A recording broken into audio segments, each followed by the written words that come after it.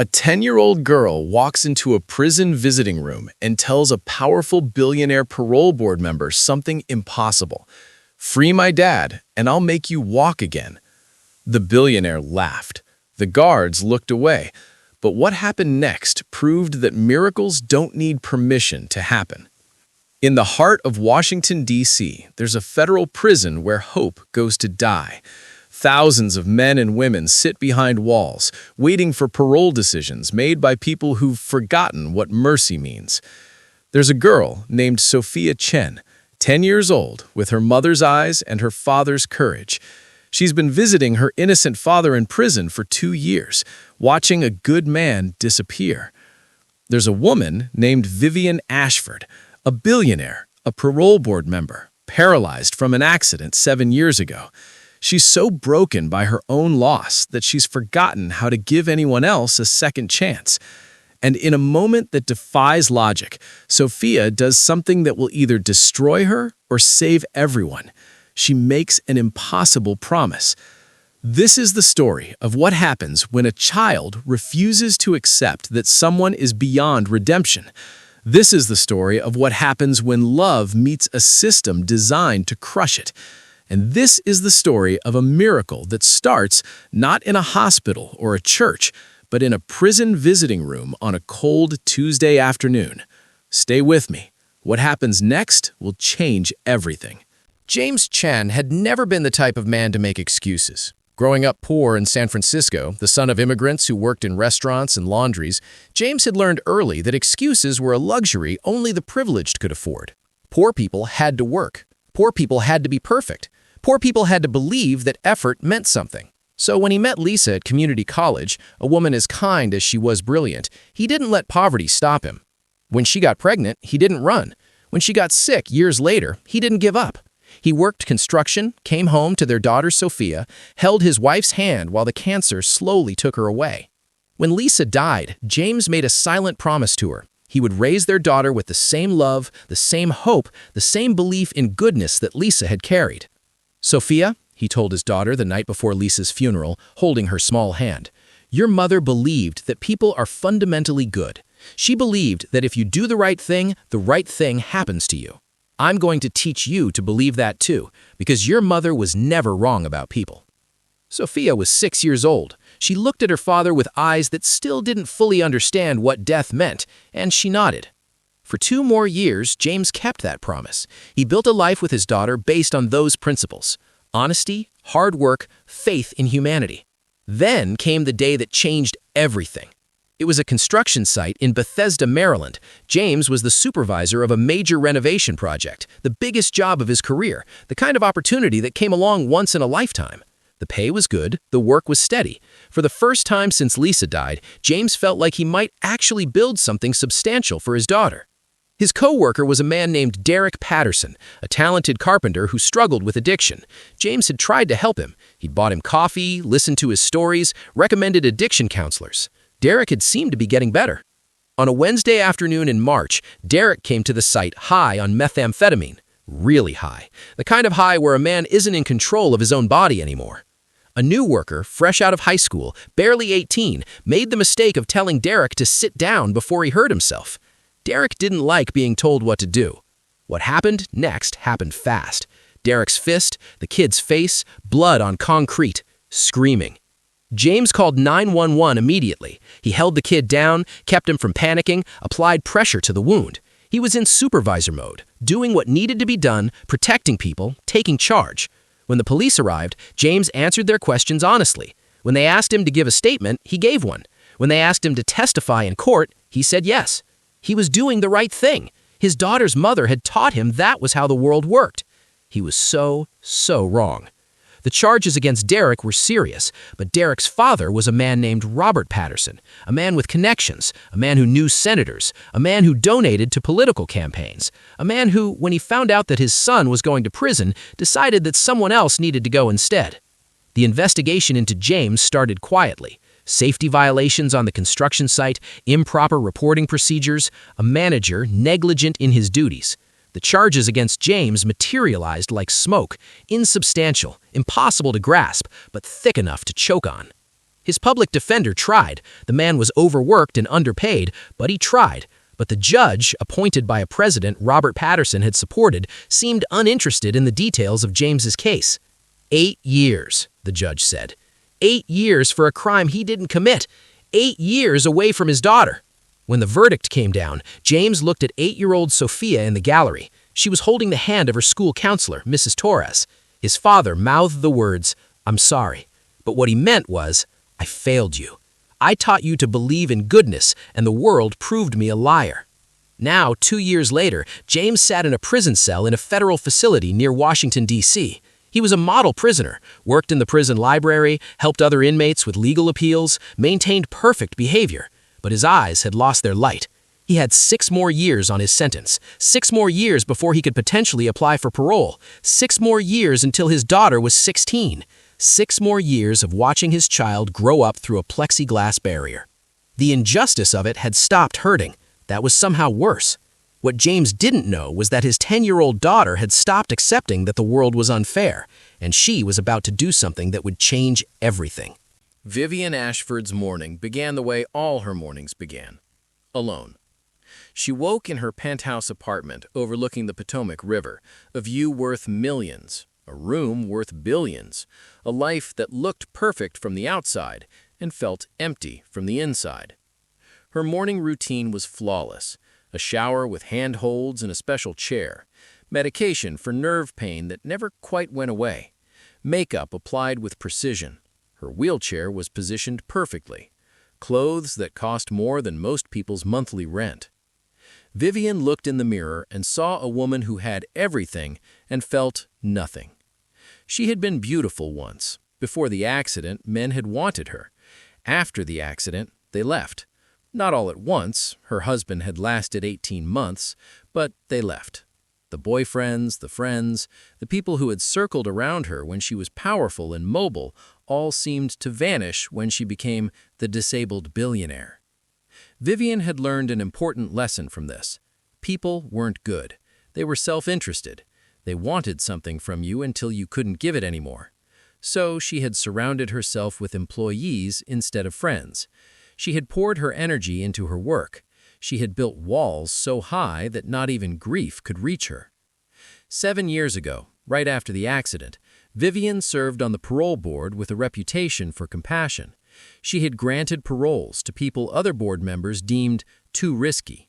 She had seen potential in prisoners that others saw only as statistics. That Vivian died in the same car crash that broke her spine. Now, Vivian was known as the Iron Lady. Her parole denial rate was the highest on the board. Prisoners called her the worst thing that could happen to your appeal. Even her colleagues were afraid of her. Vivian told herself she didn't care. She told herself that compassion was naive. She told herself that every prisoner granted parole was a risk that might eventually hurt someone. She told herself that denial was protection. But late at night, when she couldn't sleep, when the nerve pain was particularly bad, Vivian wondered if she was punishing prisoners or punishing herself. On the morning of the day that changed everything, Vivian read through case files with her usual detachment. Deny, deny, conditional release, no, deny, deny. A man named James Chen had a hearing coming up. He was serving 8 years for a workplace violence incident. 7 years in, perfect record, model prisoner, strong rehabilitation profile. Vivian prepared to deny his parole. She didn't know his story. She didn't want to know. Knowing stories made you sympathetic. Sympathy was a vulnerability she couldn't afford. Her secretary buzzed her office. "Miss Ashford, there's a situation in the meeting room. A child is asking to speak with you. It's unusual, but—" "No," Vivian said immediately. "I don't have time for field trips or school projects or whatever this is. The child says it's about her parole hearing, says it's urgent." Vivian should have said no again. She should have gone back to her files, continued her work, maintained her fortress. Instead, some ghost of who she used to be, made her say, "Send her in."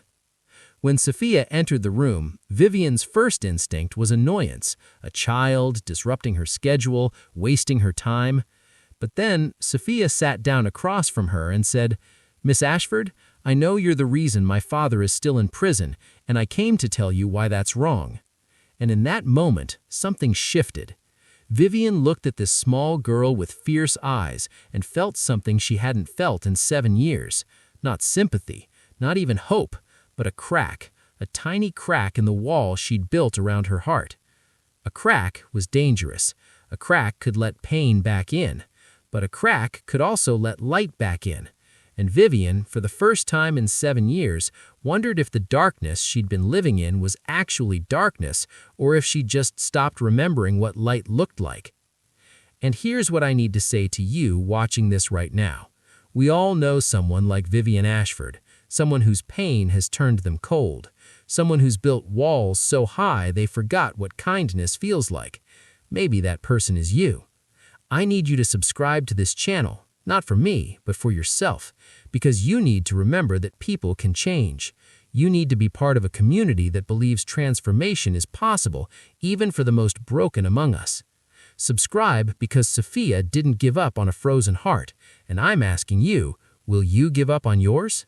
"Your name is on James Chen's parole file," Sophia said. Her voice was small but steady. "I've read your signature on the denial letter. Twice. Once 2 years ago, and again last month." Vivian felt a flash of annoyance. How had this child accessed parole files? How did she know Vivian had reviewed her father's case? "Your father's case isn't my concern," Vivian said coldly, preparing to end this conversation. "The parole board reviews hundreds of applications. Each decision is fair?" Sophia asked. "My dad says the system is supposed to be fair. He says that in America, everyone deserves a second chance. But you don't believe that anymore, do you?" Vivian's jaw tightened. "You don't know anything about me, child." "I know you were in an accident," Sophia continued, and Vivian felt her hand involuntarily move to the armrest of her wheelchair. "I know you can't walk. I know you're in pain every day. I know you think that because your life is unfair, everyone else's unfairness is deserved." "This conversation is over," Vivian said sharply. She gestured toward the door. "Guards will escort you out." But Sophia didn't move. "I can help you," Sophia said simply. Vivian laughed, a bitter, sharp sound that hadn't crossed her lips in months. "Help me? You're a child. You can't help yourself. How could you possibly help me?" "I have a gift," Sophia said. She sat up straighter in her chair. "I can see into people's hearts. I can see their pain and their potential, and I can help them heal." "That's not real," Vivian said flatly. "I know how it sounds," Sophia acknowledged, "but my mom had the same gift. Before she died, she told me it was real. She said that some people are born able to help others remember how to feel, how to hope, how to believe in goodness again."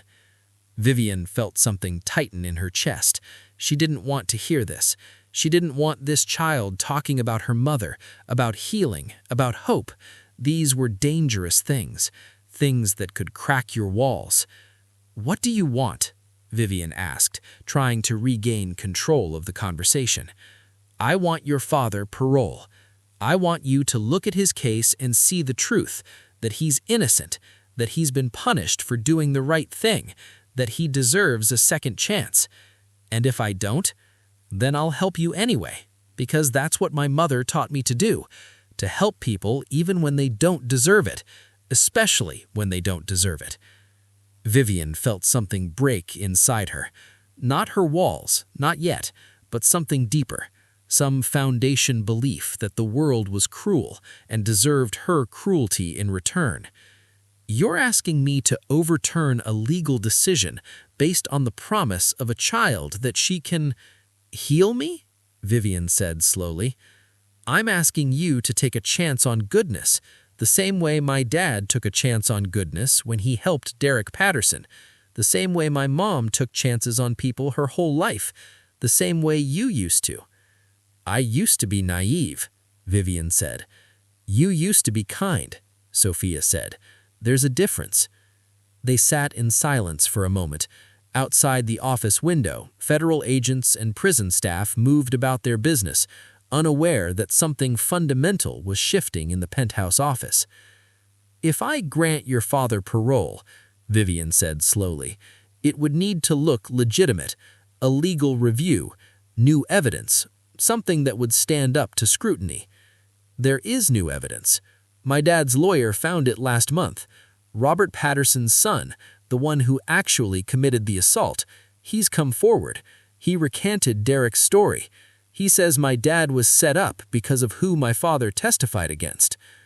Vivian's mind raced. If there was legitimate new evidence, she could review the case. She could possibly grant parole. "And if I do this," Vivian said carefully, "what exactly are you promising me?" Sophia stood up and walked around the desk. She looked directly into Vivian's eyes. "I promise that I will help you remember how to feel. I promise that I will help you heal, not just your body, but your heart. I promise that I will help you walk again." "That's medically impossible," Vivian said. "My mother said that the most important healing happens in places that doctors can't reach." And in that moment, Vivian Ashford, the woman who had built her entire existence on logic and self-protection, made a decision that defied both. "I'll look into the evidence," Vivian heard herself say. "If it's legitimate, I'll grant your father's parole, but you'll have to come visit me. You'll have to help me, whatever it is you're promising." Sophia smiled. It was the smile of someone who had just seen possibility where everyone else saw only walls. "Thank you," Sophia said. "You're going to change, Ms. Ashford, and when you change, you're going to change a lot of other people too." I wanted to tell her she was wrong, but for the first time in 7 years, Vivian wasn't entirely sure she was. The next week was a whirlwind. Sophia's story about the new evidence was true. James Chen's lawyer, a young public defender named Rachel Martinez, who had never given up on the case, had discovered something significant. Derek Patterson's younger brother, Marcus, had come forward with a recorded confession. Marcus had been there the day of the assault. He had witnessed Derek's father paying off witnesses. He had finally, after years of guilt, decided to tell the truth. The evidence was legitimate. The case was genuinely compelling. Vivian had no legitimate reason to deny the parole review. She scheduled a private hearing with James Chen. She informed the other board members that she was reopening the case based on new evidence. She did everything by the book, everything correct, everything legal. But in her heart, she knew the truth. She was doing this because of a 10-year-old girl's promise. When James entered the parole hearing room, still in his orange prison jumpsuit, still looking exhausted by years of incarceration, Vivian barely recognized him as a human being. She had denied his parole so many times that he had become abstract in her mind. A case number, a risk assessment, a name on a file. But now, looking at him, she saw something different. She saw a man who had been destroyed by a system he trusted, a man who had done the right thing and been punished for it, a man who still had hope in his eyes, not because he believed anything would change, but because he had to believe something for his daughter's sake. "Mr. Chen," Vivian began, "I've reviewed new evidence in your case, specifically a recorded statement from Marcus Patterson that corroborates your account of events." James's eyes widened. "Marcus came forward?" "He did," Vivian confirmed. "Based on this evidence, I'm recommending parole. The full board will need to vote, but my recommendation carries significant weight." James's hands started shaking. I don't understand. You denied my parole twice. You said I was a risk." "I was wrong," Vivian said, and the words felt strange in her mouth. When was the last time she'd admitted wrongness? "I was wrong about you, and I'm going to make sure that wrong is corrected." The full parole board met 2 days later. Vivian presented the evidence. She presented her case. She recommended immediate release. The vote was unanimous. James Chen would be released in 48 hours. When Sophia heard the news, she called Vivian's office. "Can I come see you?" she asked. I want to say thank you. More than that, Vivian said, surprising herself with the words, I want you to help me keep my promise. You said you would help me heal. I'm ready to try. Sophia came to Vivian's office that Saturday afternoon. She brought flowers, simple daisies from a grocery store, nothing expensive, nothing pretentious. These are from my dad, Sophia said, handing them over. He wanted me to give them to you. He wanted me to tell you that he forgives you. Vivian felt tears prick her eyes. She hadn't cried in 7 years. Why would he forgive me? Vivian asked. I imprisoned him for 2 extra years. Because forgiveness is how we heal. My dad says that holding on to anger is like drinking poison and expecting it to hurt someone else. He says that the only way to survive an unfair system is to refuse to become unfair yourself. Your father is a better person than I am, Vivian said quietly. No, Sophia said, sitting across from Vivian's desk. He's just a person who remembers how to believe in goodness, and so can you. Over the next weeks, Sophia visited Vivian's office regularly. They talked about Vivian's life before the accident. They talked about her dreams of dancing, of traveling, of being free. They talked about the ways the accident hadn't just taken her mobility, it had taken her identity, her hope, her sense of self. And slowly, something began to shift in Vivian's heart. She started to feel again. But the greatest test was still to come. 3 weeks after James's release, Sophia and Vivian had developed a routine. Every Saturday afternoon, Sophia would visit Vivian's office in the Federal Building. They would talk, sometimes for hours. Vivian found herself opening up in ways she never had, telling Sophia about her childhood, about her mother's death, about the loneliness of being powerful and untouchable. Sophia, in turn, told Vivian about her mother, about Lisa's battle with cancer, about the strength it took to believe in goodness when the world kept punishing you for it. One Saturday, Sophia asked Vivian, "What did you love most before the accident?" Vivian thought about it. "Dancing," she said immediately. "I took ballet as a child. I stopped in high school to focus on school, and I always regretted it. As an adult, I took it back up. I would dance in my apartment, and it was the only time I felt completely free." "Why don't you dance now?" Sophia asked. "Because I can't stand," Vivian said flatly. "You don't need to stand to dance," Sophia said. "Your hands can dance, your arms can dance, your whole body can move to music. Come on, let me show you." Sophia took Vivian's hand and led her to a space in the office. She put on a song on her phone, something soft and classical, and she began to move. She moved her arms gracefully, swaying, letting the music flow through her body. Vivian watched, mesmerized. "Come on," Sophia urged, "dance with me."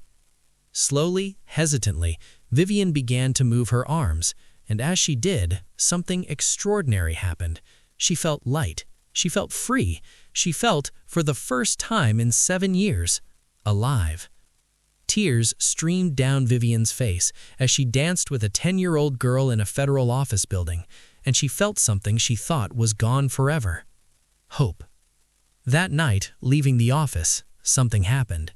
Vivian was being wheeled to her car by her personal assistant, Marcus, a different Marcus, her employee for 3 years. As they exited the building, another vehicle, a delivery truck, didn't see them crossing. The driver was checking his phone. The impact was catastrophic.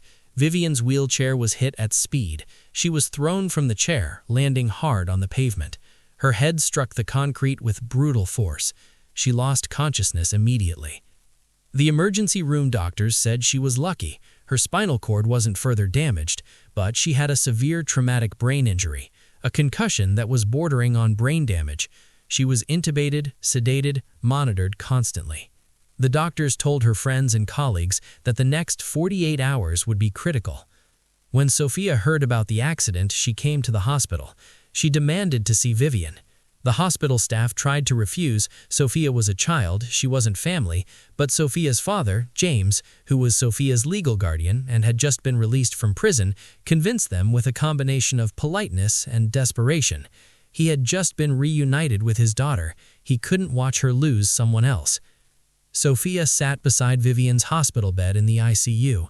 Her father waited outside, giving them privacy. Vivian looked smaller in the hospital bed, diminished, fragile. Sophia took her hand. And I need to pause here and speak directly to you watching this. You've watched Vivian's transformation.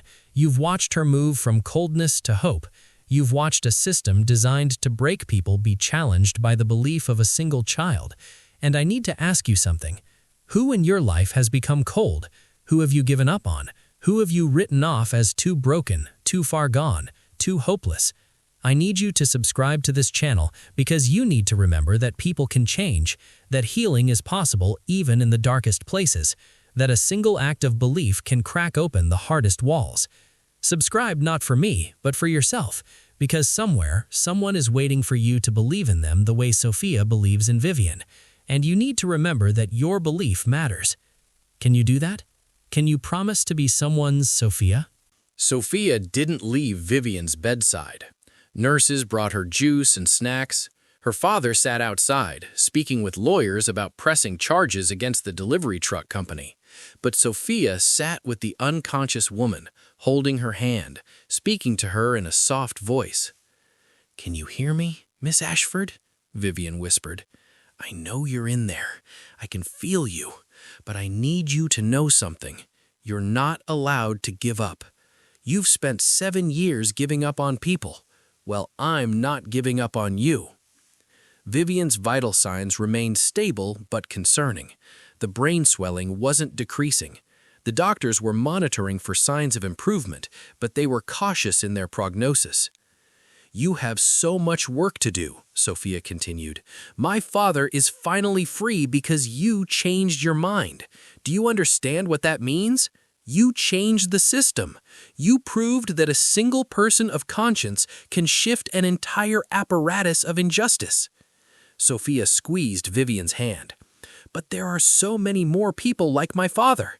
Thousands of them. People imprisoned for crimes they didn't commit. People destroyed by systems that forgot about mercy. And the only way they're going to get justice is if you come back. If you wake up and keep fighting." On the second day, Vivian's brain scans showed decreased swelling. The doctors were guardedly optimistic.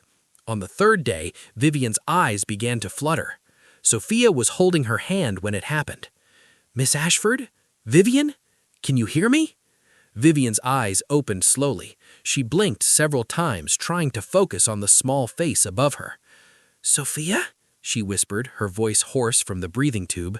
"I'm here," Sophia said. "You're in the hospital.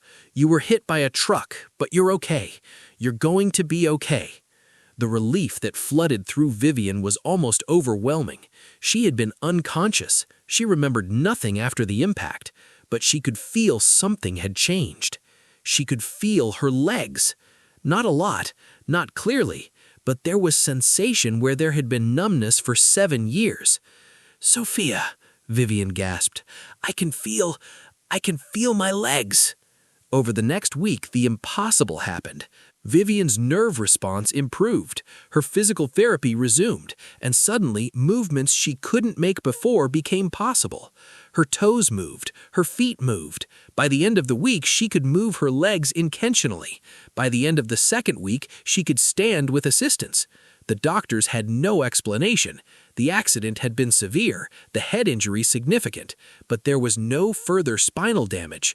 In fact, her previous injury seemed to be healing, not in the way spinal cord injuries typically healed, they don't, but as if her body had decided to remember how. "This is medically unprecedented," her doctor told her. "Your spinal cord shows no new damage, and your nerve response is improving at a rate we can't explain." "It's Sophia," Vivian said simply. "I'm sorry?" "The girl. She's healing me. She's showing my body how to remember how to work." The doctor looked uncomfortable. He had no medical explanation for Vivian's recovery. He could only monitor it and be grateful. When Vivian was discharged from the hospital 3 weeks later, she walked. Not easily, not gracefully, but she walked. With a cane, with concentration, with effort, but she walked. She walked out of the hospital with Sophia holding one hand and James holding the other, a man she had imprisoned for 2 extra years, now holding her arm as she took her first independent steps in 7 years. "Thank you," James said simply. "For what?" Vivian asked. "For changing, for proving that even when we're broken, we can heal." Vivian's recovery became international news.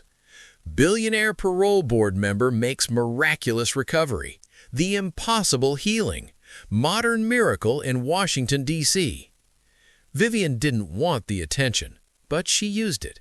In her first interview after leaving the hospital, she sat with a major news network and told the truth about James Chen's case, about the injustice of his imprisonment, about the systemic bias in the parole board, and about Sophia. Sophia Chen, Vivian said, looking directly at the camera, is a 10-year-old girl who taught me something I'd forgotten, that people are fundamentally good, and that believing in people's capacity for change is not naivety, it's hope. The interview went viral. Within days, prisoners' rights organizations were requesting case reviews.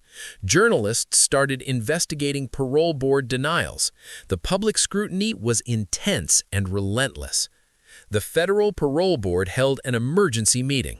Vivian submitted a recommendation for systemic reform, a review of all cases denied in the last 7 years, a requirement for compassion training for all board members, and the establishment of a legal review process for cases involving new evidence. 2 of the other board members opposed her vehemently, but the chair, a woman named Diane Washington, who had long been frustrated by Vivian's previous coldness, saw an opportunity for genuine change. "We've been moving in the wrong direction," Diane said at the meeting. "Vivian's right. We've become a system designed to punish, not to rehabilitate. It's time to change that." The board voted, 5 in favor of reform, 2 opposed. Over the next 6 months, the Federal Parole Board underwent transformation. 47 cases were reviewed and overturned. 47 people were released who had been unjustly imprisoned. 47 families were reunited. 47 people's lives were changed because Vivian Ashford decided to believe in goodness again. And at the center of it all was Sophia Chen. Sophia was invited to speak at universities. She was asked to consult on parole reform. Politicians wanted to photograph themselves with her, but Sophia remained simple, direct, unchanged by any of it. "I didn't do anything special," she would say. "I just believed that people could change. That's all." But what she didn't see was how her belief rippled outward, how teachers began approaching struggling students with more compassion, how social workers began fighting harder for clients deemed hopeless, how judges began questioning their own assumptions about human nature. Sophia didn't change the entire system alone, but she cracked it open, and in that crack, light poured in. Vivian continued to walk. Her recovery plateaued after 6 months. She needed a cane for stability, and long distances were still difficult. But she was mobile, she was free, and she was changed. She stepped down as parole board member and founded the Chen Justice Foundation, dedicated to overturning wrongful convictions and reforming the parole system. James Chen returned to his career in construction. He worked extra jobs to pay for Sophia's college fund, a future he could build with his hands and his hope. And Sophia continued to believe. 1 year after the accident, Vivian stood in front of the federal courthouse in Washington, D.C. There was a plaque being installed. The Sophia Chen Justice Wing, dedicated to the innocent and the hopeful. People are fundamentally good. Vivian had paid for the renovations herself. An entire section of the courthouse had been dedicated to reviewing cases of wrongfully convicted people. 5 lawyers worked there full-time. The success rate was remarkable. 67% of reviewed cases resulted in release or reduced sentencing. Sophia stood next to Vivian, holding James's hand. "Are you proud?" Sophia asked Vivian. Of what? Vivian replied. Of what you're becoming, Sophia said. Vivian looked at this child who had believed in her when she didn't believe in herself, who had seen through her walls of ice to the person underneath, who had refused to accept that anyone was beyond redemption. Yes, Vivian said, I'm proud, but I wouldn't be here without you. That night, Vivian attended a gala, the first public event she'd attended where she didn't feel like an outsider. She was introduced as Vivian Ashford, philanthropist and justice reform advocate. People applauded. They congratulated her. They told her she was changing lives. And while it was gratifying, Vivian knew the truth. She wasn't changing lives. She was simply trying to become worthy of the belief that a 10-year-old girl had placed in her. 2 years after the accident, Vivian was invited to speak at the United Nations about criminal justice reform. She stood at a podium, though her legs still required concentration, and addressed delegates from 60 nations. I was a broken woman, broken by an accident I couldn't control, broken by a system I'd helped perpetuate, broken by my own refusal to believe in goodness. I had decided that the world was cruel and that cruelty was justice. She paused, looking out at the assembled faces. Then a child taught me that justice is not cruelty. Justice is belief. Justice is the decision to see potential in people we've been taught to dismiss. Justice is hope. The applause was thunderous. Back in Washington, Sophia was in 6th grade now. She was a normal kid in most ways. She had friends, she liked video games, she got frustrated with her mathematics homework. But she also volunteered at the Chen Justice Foundation, helping prepare cases for appeals. And everywhere she went, she looked for the broken people, the ones who'd given up, and she believed in them. James worked as a construction supervisor again. He had even received a settlement from his wrongful conviction case. Not much, but enough to buy a small house. He worked hard, raised his daughter with pride, and every morning he remembered his promise to his dead wife, to teach Sophia to believe in the goodness of people. And every morning he was proven right. And now I'm speaking directly to you. You've watched Vivian's transformation. You've watched her move from coldness to hope to becoming an instrument of justice. You've watched a system begin to heal because one person decided to believe. But more than that, you've watched what becomes possible when someone refuses to give up on another human being. I need you to subscribe to this channel and make a promise to yourself right now. Promise that you will be someone's Sophia. Promise that you will look for the people who've given up and believe in them. Promise that you will crack open the systems of cruelty and let light pour in. The world doesn't need you to be perfect. It doesn't need you to be powerful. It needs you to believe, truly, deeply, without exception, that people are fundamentally good. That's it. That's the miracle. Subscribe, and then go be a miracle for someone else. 5 years after Vivian Ashford met Sophia Chen in a prison visiting room, the federal prison system was unrecognizable. The changes hadn't happened overnight. There had been resistance, setbacks, moments when the old guard pushed back against reform. But Vivian was relentless, and more importantly, she had Sophia. Sophia, now 15 years old, had become an advocate in her own right. She gave speeches at universities about the power of belief. She consulted on case reviews. She worked with her father and Vivian to create the Goodness Initiative, a national program that trained judges and parole officers in restorative justice practices. The results were staggering. Recidivism rates dropped by 23% in federal prisons. Parole denial rates decreased from 67% to 12%. 317 people were released from wrongful convictions. 42 states had launched their own justice reform programs based on the federal model. International criminal justice reform organizations cited the U.S. federal system as a model for change. Journalists tried to make Sophia into a celebrity. She refused. She didn't want fame. She wanted change. "I'm just a girl who believed in someone," she would say when asked about her impact. "The real hero is everyone who decided to believe with me." Vivian continued to walk. The full recovery of her legs never came. She still used a cane for long distances, and some days were harder than others. But she danced, she traveled, she lived. And every morning she woke up grateful for the accident that had broken her open enough to let light back in. One afternoon, 15-year-old Sophia was sitting in Vivian's office at the Chen Justice Foundation when she asked, "Do you ever regret it, changing, going from the ice queen of the parole board to someone who actually cares?" Vivian looked at this teenage girl, almost a woman now, who had walked into her life and fundamentally altered its trajectory. "Not for a second," Vivian said. "Caring is harder than being cold, but it's so much more worth it. Caring means you're alive. Being cold was just existing." Sophia nodded thoughtfully. "My mom used to say that the world needs people who believe. Do you think that's true?" "I think the world is starving for it," Vivian said. "We've built systems based on fear and punishment and the belief that people are fundamentally selfish.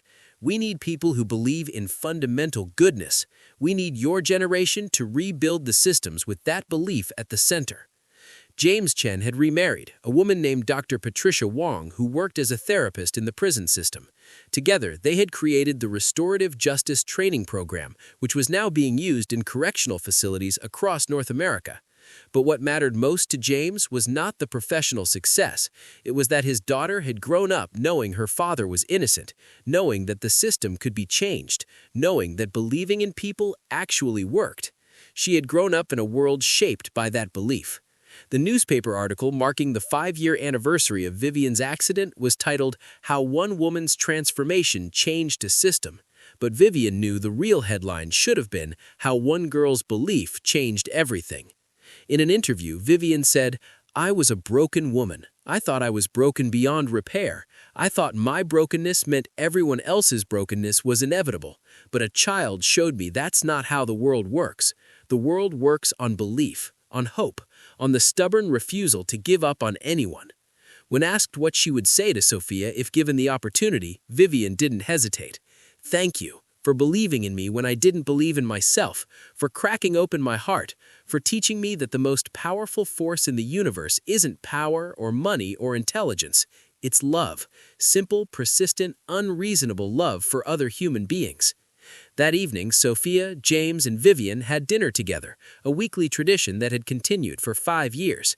They talked about cases, about dreams, about the work still to be done. Because the work was never really finished. The system was better, but it still had bias. Justice was closer, but it still wasn't perfect. Hope was stronger, but it still faced resistance. "What's next?" James asked as they finished dessert. Sophia smiled. "We keep believing," she said. "We keep believing until the whole world remembers." And Vivian, the woman who had forgotten how to feel, who had built walls of ice around her heart, who had given up on the possibility of goodness, reached across the table and squeezed Sophia's hand. "Yes," Vivian said, "we keep believing. Because that's what miracles are. Not magic that happens to us, but belief that happens through us. Not fate, but choice. Not luck, but the stubborn, persistent, unreasonable decision to see potential in people everyone else has written off. One girl believed and changed everything."